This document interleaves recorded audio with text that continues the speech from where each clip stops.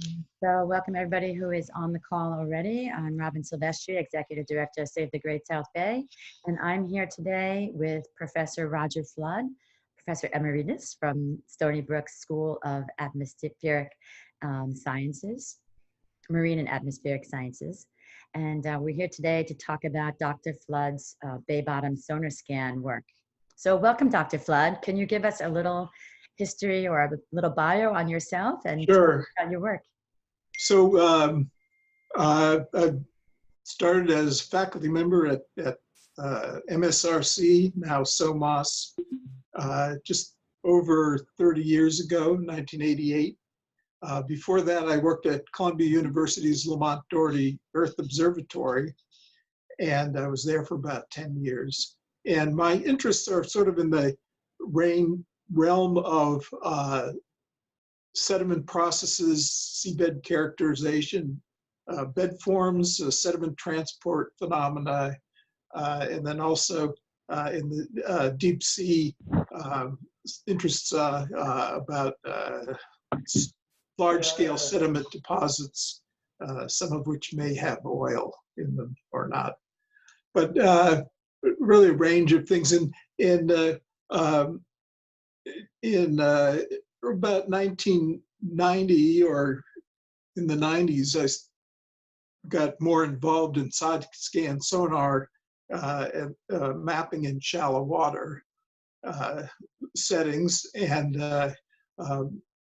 to that we added a multi-beam capability, which shows the depth information in really high resolution, so that one can start to understand the underwater lands as well as we understand the terrestrial lands. You would never declare a national park without making a map of it and exploring all the details and understanding the environments and the rich, all the opportunities. But when we go underwater, we look at a piece of paper and we say, I want to put something there, and one may or may not know what's there. So using these kind of techniques, we can create products that show better what's the underwater lands look like.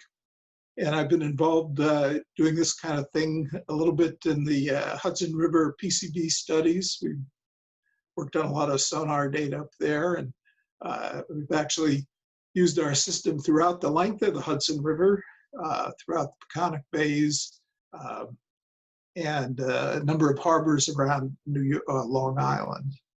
And so that's been sort of a long-term effort. And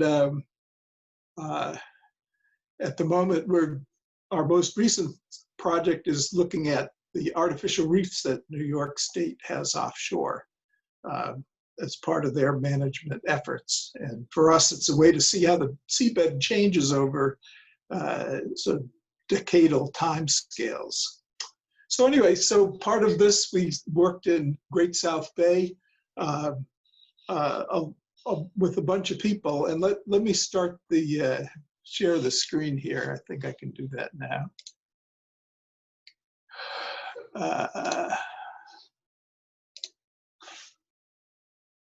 All right, so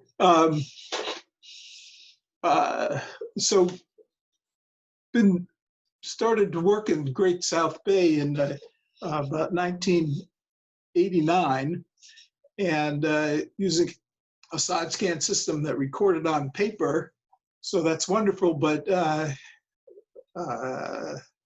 it's hard to work with it after the fact. But in the mid-90s, we used a digitally recording side scan, and then we've done some other surveys since then. So there have been a number of studies over the time, and on the slide I show three. I'm sort of going to summarize the kinds of things that are shown in at least these three, two posters, and then the bottom one is the master's thesis that Chris Clapp did while he was here at MSRC. And it sort of, you can date this a little bit by seeing that my phone number is area code 516. So there's been some evolution, but so this is information data that was collected a little while ago, but it still seems useful, and the ideas are very useful, I think. But we're going to use pretty much let's see,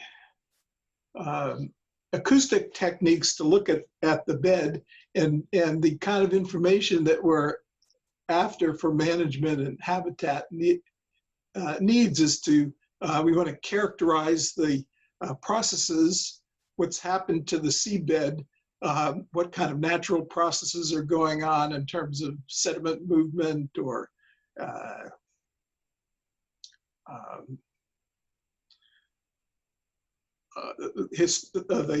the evolution of an area that has resulted in the sediment distribution that's seen, and then also anthropogenic dredging or other kinds of modifications, dumping, reef generation, all sorts of things, shipwrecks. And then in addition to morphology is sort of the depth, detailed depth. Backscatter is how much energy gets reflected back to the sonar instrument by the sediments on the bottom. And some sediments are very rough, will reflect a lot of sediments back.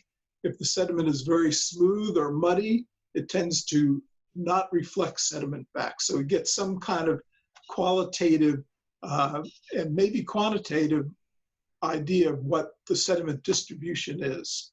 Bathymetry is a key kind of thing for depth itself, and also for a sediment relief like bed forms, and then just measuring things like what's the water depth, what's cross-sectional areas or the size of something.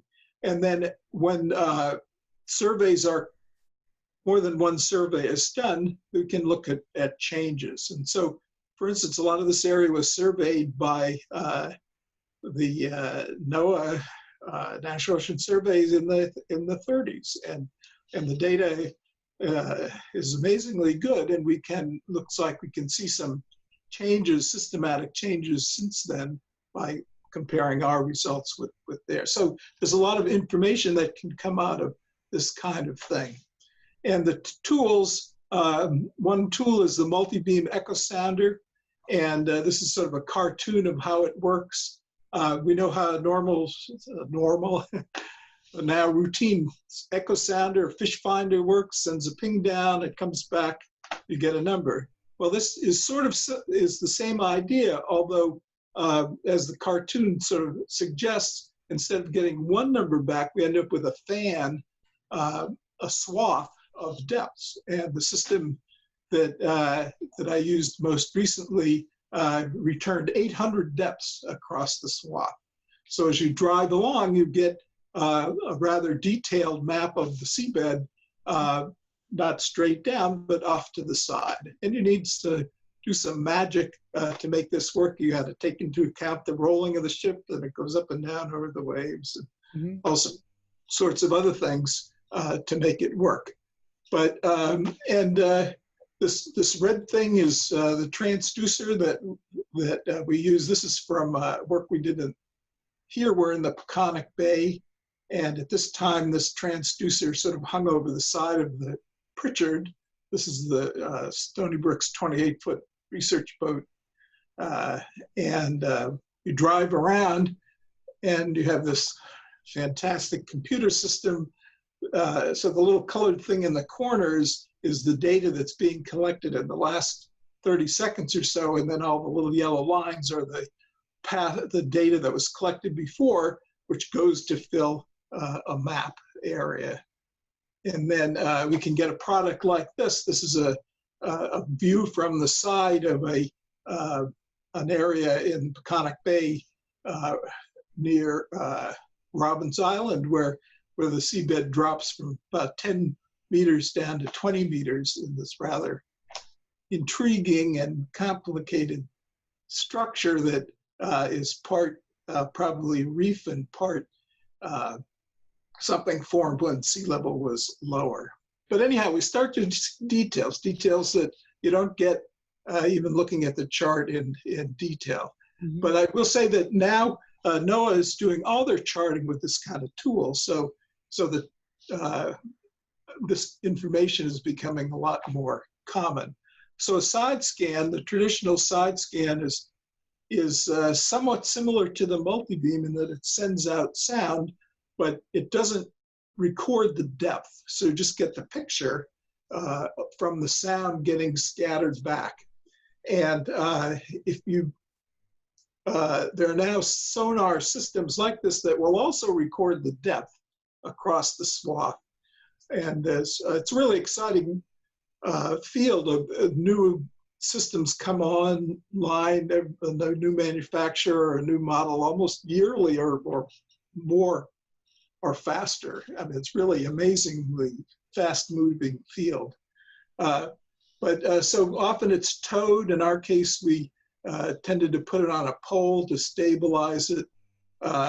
Here's the Pritchard again, the side scan. The multi-beam's on the side of the boat, the side scan. In this case, we hung it over the front. At the moment, we put the side scan on the pole and the multi-beam is on the hull. But so this is an example of a side scan record. And we see the center of the ship is running down the center, and there are some places with more sound coming back, or brighter return, and the places with darker returns, and that's telling us something about the kind of sediment on the seabed. And there's a wonderful display. You can see the track and the coverage and all the numbers and figure out which one's not working at the moment. But so you can do a systematic mapping.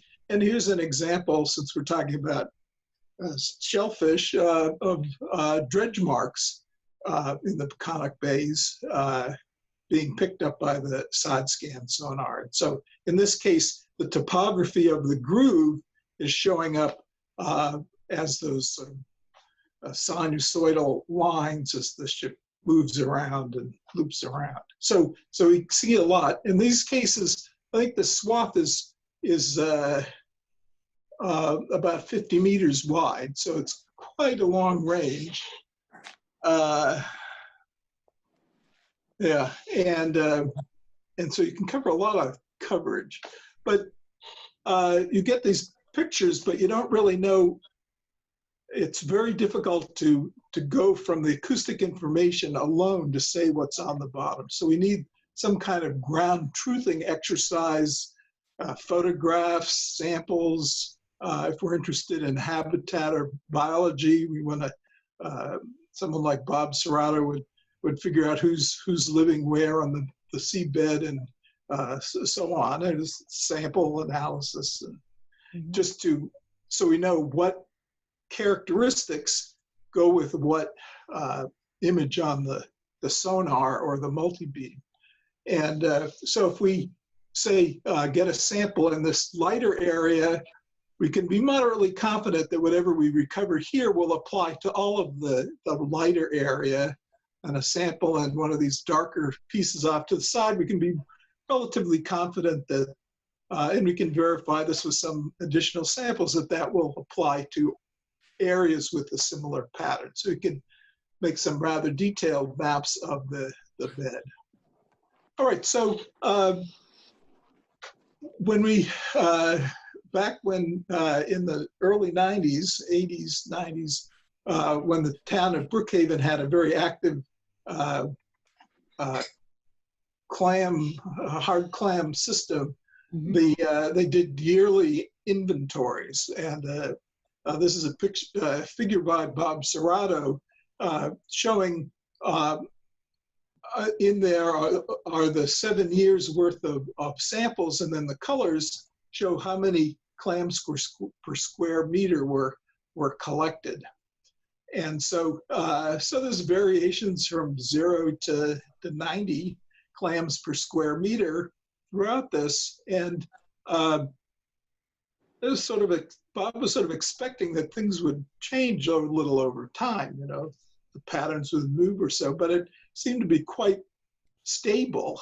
And so we did a side scan survey in this area to get some other information on what was going on in the area that might help explain this pattern. And so this was in 1996, and by modern standards, this is a little bit crude, but you can see the track goes back and forth, and we started at the north and we worked down to the south. And in this display, a dark picture, dark sonar record means low amount of energy return, and a white means a high amount of energy return. And I think this is probably maybe a 50-meter wide swath here. But so we went back and forth, and we see quite a bit of variation. There are large zones of low backscatter. I don't know if you can see my mouse. And then some areas of a higher backscatter, including, I don't know if a very prominent high backscatter piece here, a bunch of ones down the south, and then also on the northern edge. So some good information about variability. And so now we could go back and put some pieces together. And so there are a couple of things shown here. On the upper left is that same sonar information, although this time the strongest echo is green and the weakest echo is brown. And so one could look at this and say, sort of start to draw patterns. Geologists likes to classify stuff. So anyway, so we could draw some patterns to say this area is a low backscatter. These are high backscatter zones, and there's maybe one. So we might go 1, 2. So dark, a little bit reddish, more reddish, and then sort of yellow to green as a gradation. And so that's this class 1, class 2, class 3, class 4. And there was enough sediment samples to be able to say that class 1 was sort of a silty mud, a muddy, silty sediment. Class 3 was a sandy sediment. 2 was sort of in the middle. And class 4 had some shells in it. And if we made a plot, Bob made this plot on the right side, which shows the sort of the sonar colors, the classification, and how many clams were there. And it looked like these areas that are the yellow and green areas here are the places where we had those really high values for clam abundance. Mm-hmm. And so Bob was really struck by this, and he said, wow, it's amazing. These are real hot spots of high clam abundance in these rather limited zones, and they seem very stable, and which is a very good thing to start to understand. These are some, three of these are profile cameras, that camera that goes down and takes the picture sideways. The class 1 in the upper left, this is this muddy bottom. People talk about how far down the oxygen penetrates and so on. The one below that is a sandier sediment that's typical of this class 3. And then the upper right is this class 4 kind of thing where there's some shells sitting there on the bottom and maybe buried a little bit. And then below that is a surface image showing those shells. So it did seem that the sonar was telling us something about where the clams were and maybe why. And these areas with clams shells, I think these are clam shells, but also tend to have big oyster shells if you dig down a little bit, these foot-long old oyster shells. So it looked like these things are, these oval things are likely old oyster reefs that are then colonized by or were, by the hard clams. So a couple of early conclusions. The bottom reflectivity worked really well. Since Bob was very into statistics, there's an R squared, and it's not just reflectivity, but grain size or sediment, the image data. But what seemed important was there is a constant search for the thing you can measure that will tell you where stuff is living, where the same kind of stuff is living. And it has seemed in almost every study that we've done is that this acoustic character, backscatter, is one thing that will tell us where different things are living, or where the same thing is living over a wider area. So it really helps to start create benthic communities or biotopes or whatever you want to call them, areas where there's similar fauna living. The bottom is, so the second one is that we were interested to see that there wasn't sort of a continuous grading of sediment types. There were different sediment types and very sharp boundaries. And some of those were very important when we started to talk about hard clam abundance. So this class 4 is most productive in this eastern part of Great South Bay. Again, by using the data, the sonar data, to allow one to classify, to say this group of samples is characterizing the same thing, even though, so there might be a little bit of variability, but it's really a very similar feature that's being sampled, that you can see that there's a shell, there's tended to be a thin layer of loose fine grained material over the shell based on diver studies. They did a lot of work on that. And there tended to be a firm bottom under the loose material, and often a bathymetry gradient. And Bayman always talk about the edge. They want that edge that goes like this. So, and we'll look at the edge in a minute. So at the time we said, well, the further quantitative analysis will help understand this better. Okay, so so this is one of these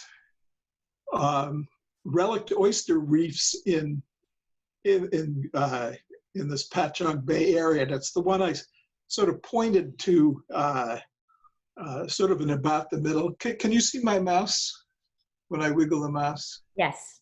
Okay. Well then, it's this one up here. Mm-hmm. Got it. So this is a multi-beam survey. We put a lot of tracks in going next to each other, made all the corrections we need, and so here's a map on. So this is the same feature looked at two slightly different angles. So there's sort of an oval thing here, and then this is the edge of a bigger slope. And then this is the backscatter. So this is depth, and then superimposed on the depth is here in the backscatter. So there was a lot of energy returned here, even in places where there wasn't relief anymore. So this is presumably an area with shell, but no longer relief. But it looks like this kind of thing is one of these relict oyster reefs. So it's about 400 meters long. It's about 150 meters wide. It's only 10 centimeters high. I mean, this is exaggerated 100 times to see this relief. So these things are only sticking up this far. And this is where all the clams like to live. So if you're a clammer with your rake coming along here, oh, there's a little rise as you come up onto the oyster reef. So this one we're pretty sure that's been sampled or not. This is another thing we stumbled on. This is near Babylon, and so it's the same kind of a survey, very close together. little less exaggeration, but there's some kind of feature in the middle. I'm not convinced it's a reef, but since we're talking to clam people, we'll call it an oyster reef. But this is a case where it really would have to be sampled or someone would dive on it and say what's going on. Could be a reef. One thing that's interesting here is that there's a much sort of fuzzier nature to the bottom. And this looks like maybe some kind of grass growing here rather than a hard sand bottom. So it could be that in a place like this, if you can get up out of this stuff here, maybe something would grow, but it is a different character. And I don't know if, well, so again, from two different orientations. In this case, it's a little bit smaller, 120 meters by 30 meters, a little bit taller, maybe 30 centimeters, about a foot. In this case, it's 1,200 cubic meters of volume. In this case, it was 4,000 cubic meters to build this structure if you were going to build it. All right, so that was supported by DEC, that study. We did a project with the Department of State, New York State Department of State, in which we did both a side scan sonar and a bathymetry survey. The multi-beam and sonar tracks go the long distance, but a lot of the water is way too shallow for that little boat of ours. And so actually Chris Clapp got an even littler boat and went back and forth along all these lines and to make a bathymetry. So from all that, we can create this bathymetry map in the lower one. And I don't have a scale on it, but it's about 3 meters, I think, deep in the deepest part in the middle here, and then much shallower, and then it gets deeper in Fire Island Inlet. But a good characterization of, but there's a lot of space between lines, so we had to do some interpolating and so on.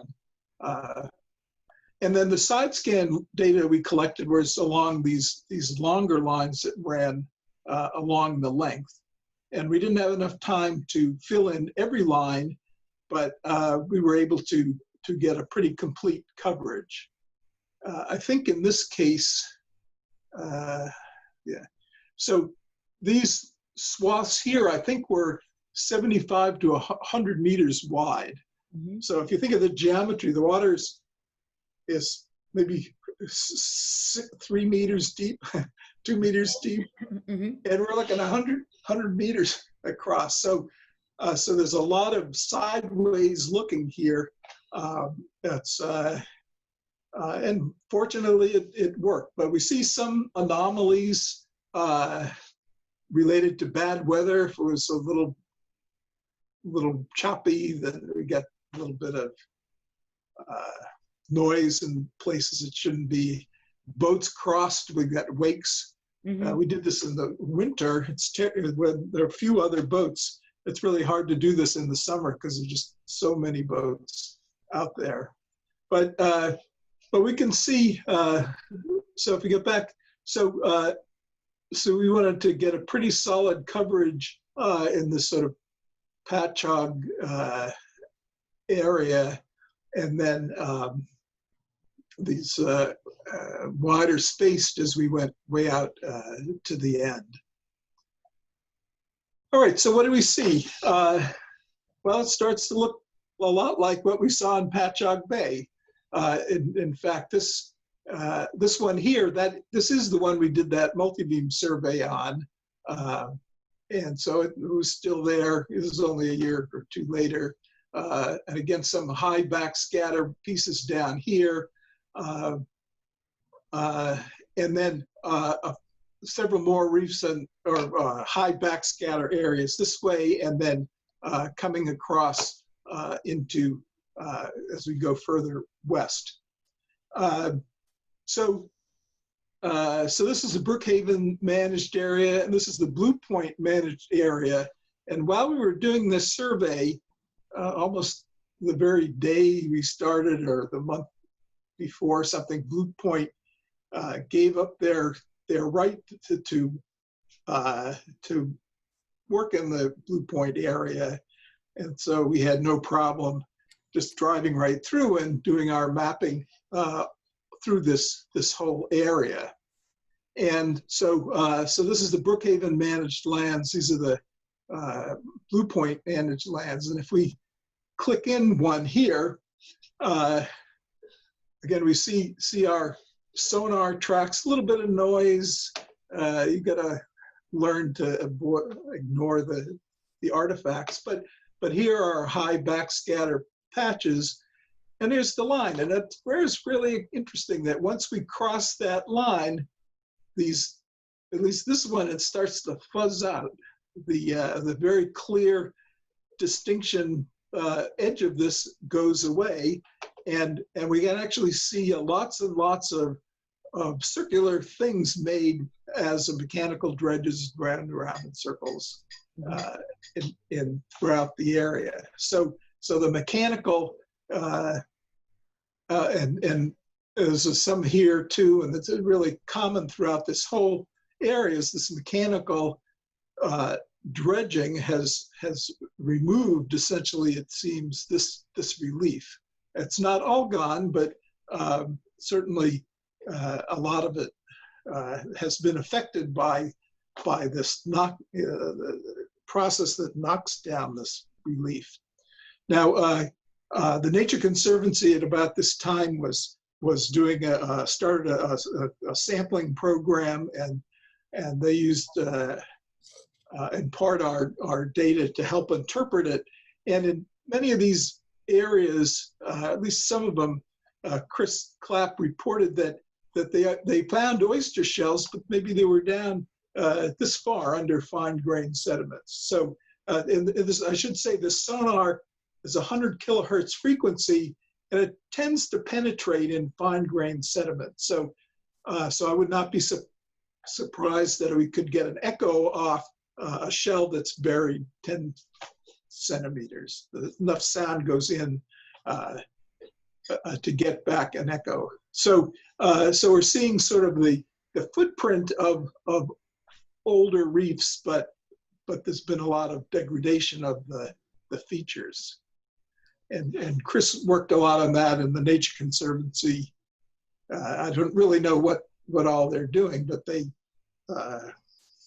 have this information in hand as they plan their operation. So this is moving a little bit west off the Connecticut River. I guess this is Nickel Bay. I have to admit not knowing what towns these are, but in this case, I guess we're in the town of Islip. Islip, okay. Hi, Islip. There are features here. Some of these might have been on our previous map that look like these same kind of reefs. There are other structures. This is seems to be a coarser area. This has low backscatter, but as I said, without samples, we don't know if it's a fine sand that's just nice and flat with no shell or a mud. I think it's sort of more shelly, but there's mud in here too, and gravel. It gets more complicated, but there's definitely structures in here. This is different from that, which is different from that, and there's some variations through here that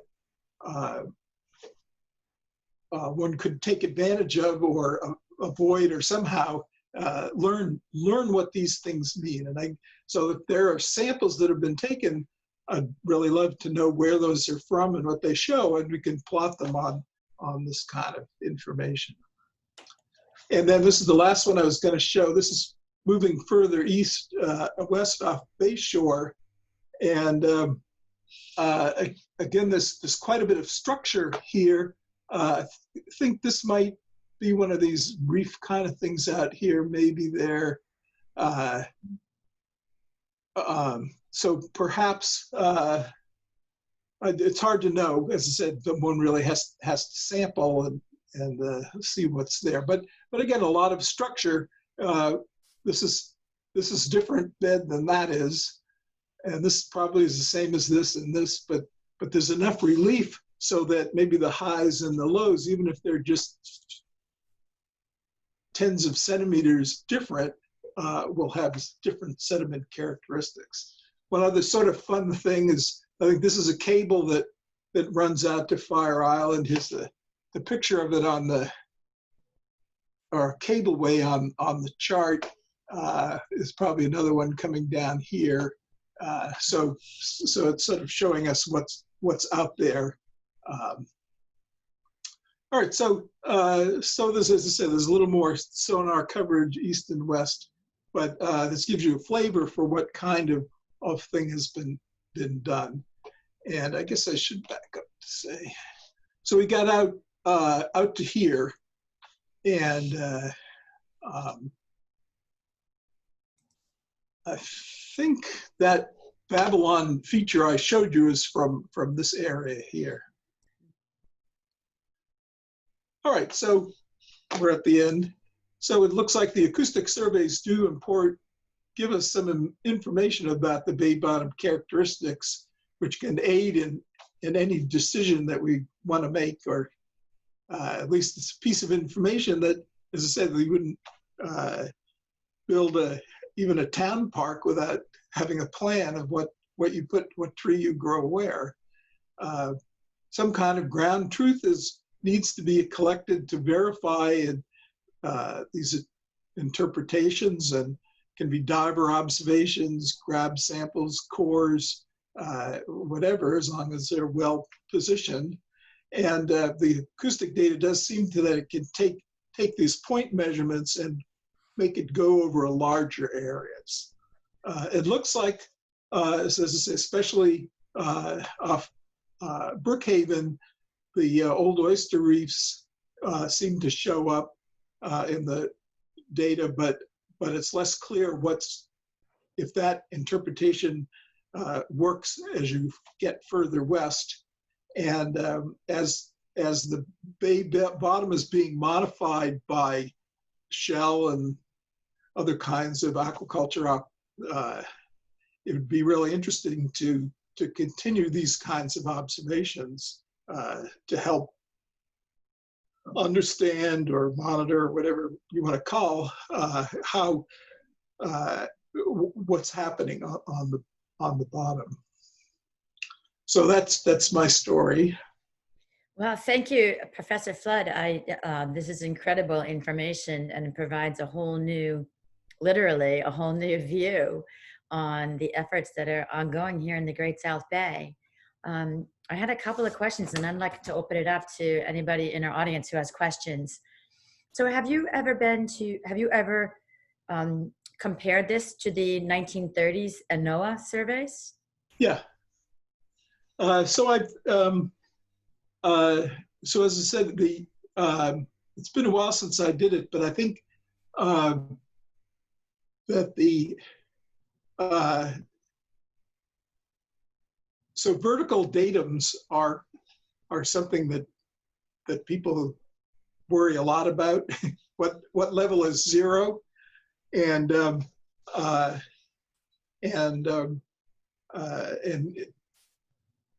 things like sea level rise change what zero should be. So the 30s is almost getting to be 100 years ago. So it's about sea level is maybe a foot higher now than it was then. And so there's some corrections and interpretations that have to be done. But what I recall is that the shallow parts are about the same in general, and the deep parts are a little shallower, suggesting sediment accumulation in the deeper parts. But it's positioning back in the 30s was a true art, and they did, I think, horizontal sextant angles, and really masterful work by the surveyors. but right about the 30s is when the electronic echo sounder came in. And so you get the flasher, and someone would write down that number every few seconds while two guys are doing horizontal sextant angles. And I mean, it's just amazing. But so one can try to make sense out of that and see how things are changing. It would be interesting to run this same survey back out in the Bellport area now that the inlet has opened up once again, to see how that has changed, some of if it has had any impact on the bottom. So one thing that's interesting is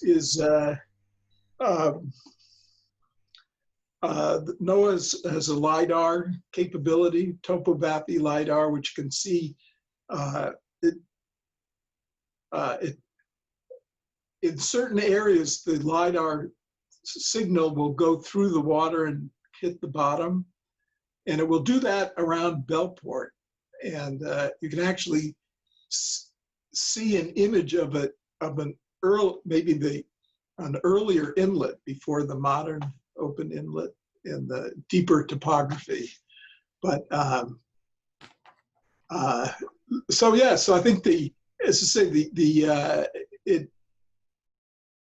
would be interesting to do it all.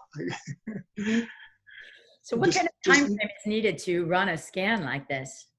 Well, it's pretty straightforward, and you go about 4 knots, 5 knots, and you can go so many miles a day, and you figure out how many tracks you need, and it's probably a month or two. One would have to go through it. Depends a lot on what you want. Like I said, did 100-meter lines 100 meters apart or 75 meters, right. And no hydrographic surveyor would ever do that. It's way too far apart. But for that management use, that was enough. And so it depends a lot on what your interests are, and if you want that high resolution bathymetry everywhere, then that's a lot more lines. If you have targets like those little oyster reefs, then you can focus in on stuff.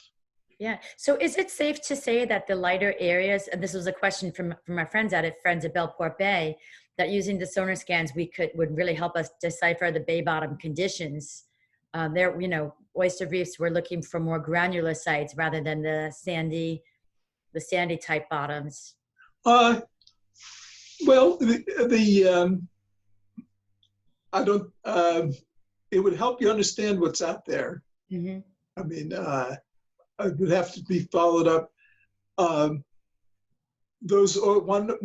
thing those oyster reefs do is they lift the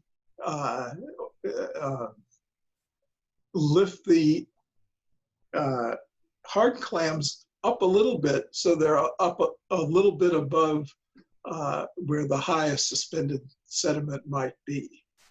And so having structures that let you put things a little bit higher is probably good, as well as sediment type. But that gets beyond my expertise. But again, if you're trying to do this is the kind of information you'd want to have as you've made plans. And as I say, this topography system seems to work pretty well. If you want to use it, you got to convince the Army Corps to fly over where you want it to go. But maybe they will. So we're of the philosophy that the reefs have been here much longer than we are. And so what grew there once has a higher chance of growing there once again, versus establishing itself in a completely new area. Well, right, but right, exactly. That's what I was wondering, if that part of Patchogue Bay that was so productive before, if there's any attempt to reseed some of that. Yes, there, as I had mentioned earlier, the Friends of Belport Bay just this past Saturday have finished, planted their 1 millionth shellfish. It's But that's a lot further east than Patchogue Bay. yes, it is further east than Patchogue, just, on the shoreline, less further east, uh, but not that far east compared to. Well, I don't know. I almost know too much, so, Okay. so I'm just trying to learn what people are up to. Yeah, and that But might have another way conversation. back at the beginning, Jeff Kastner was supported a lot of this work and was very involved in these kind of projects, and that was the Brookhaven hard clam program. Right. So I'm going to open it up to see if, Maureen, I'm pretty sure you have some questions for us out there. Go ahead, Maureen, the floor is yours. Hi, Roger. Thanks. That was a great presentation. Maureen, can you introduce yourself? I'm Maureen Dunn from CTAC and Half Shells for Habitat. Thank you. And I had two questions. One that just, so this side scan sonar work was done in 2002 and 3. Has any portion of the area been repeated since then? A little bit was done in 2004, which I've included in this. Oh, okay. So nothing has been done since then? Well, not by me. Yeah. Okay. And the other question was, you showed a bathymetry map that Chris Clapp worked on. Well, yeah. And he used your data to make that map? Well, so Chris was in the master's program at MSRC at the time, and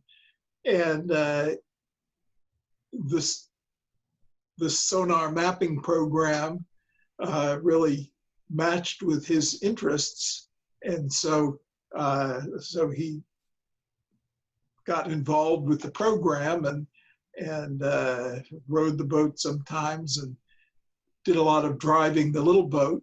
I'd have to figure out who actually made the maps. I think I made the maps. So did he do this separately with some, not ADCP or something, but did he do it with a separate instrument to get?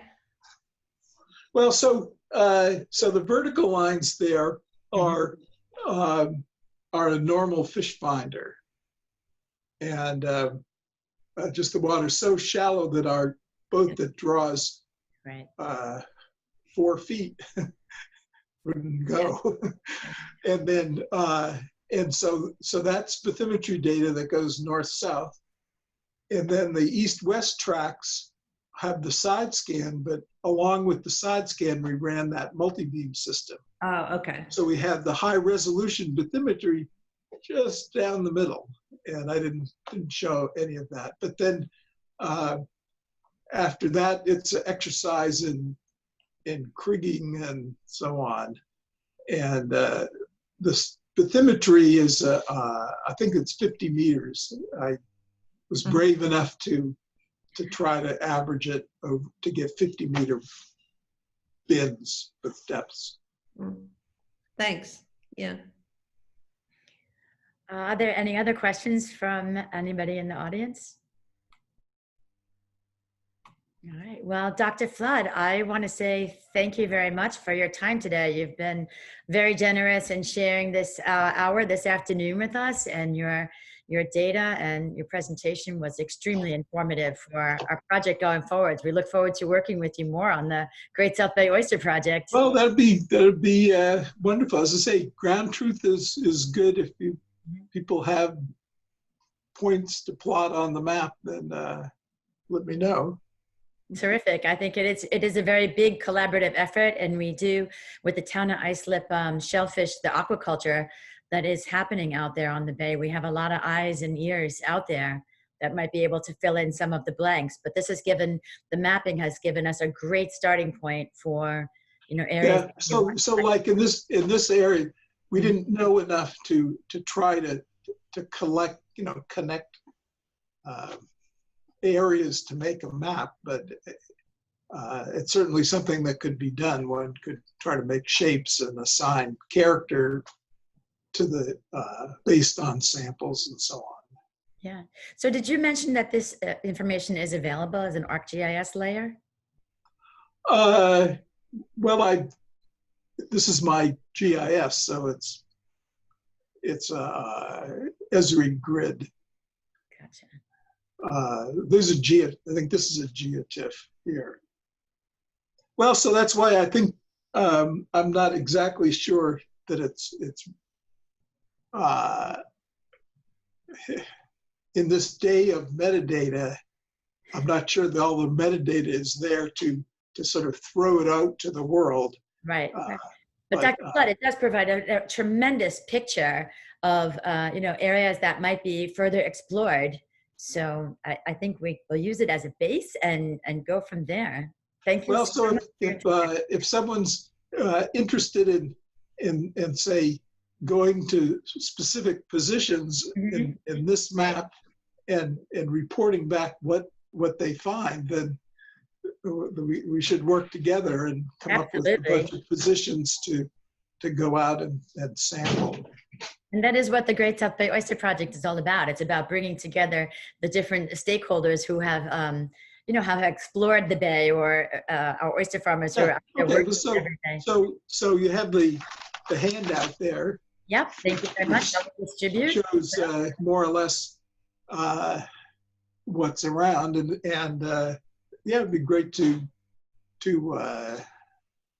interact with people who are actually getting samples or absolutely working in certain areas. Make the connections, Dr. Flood.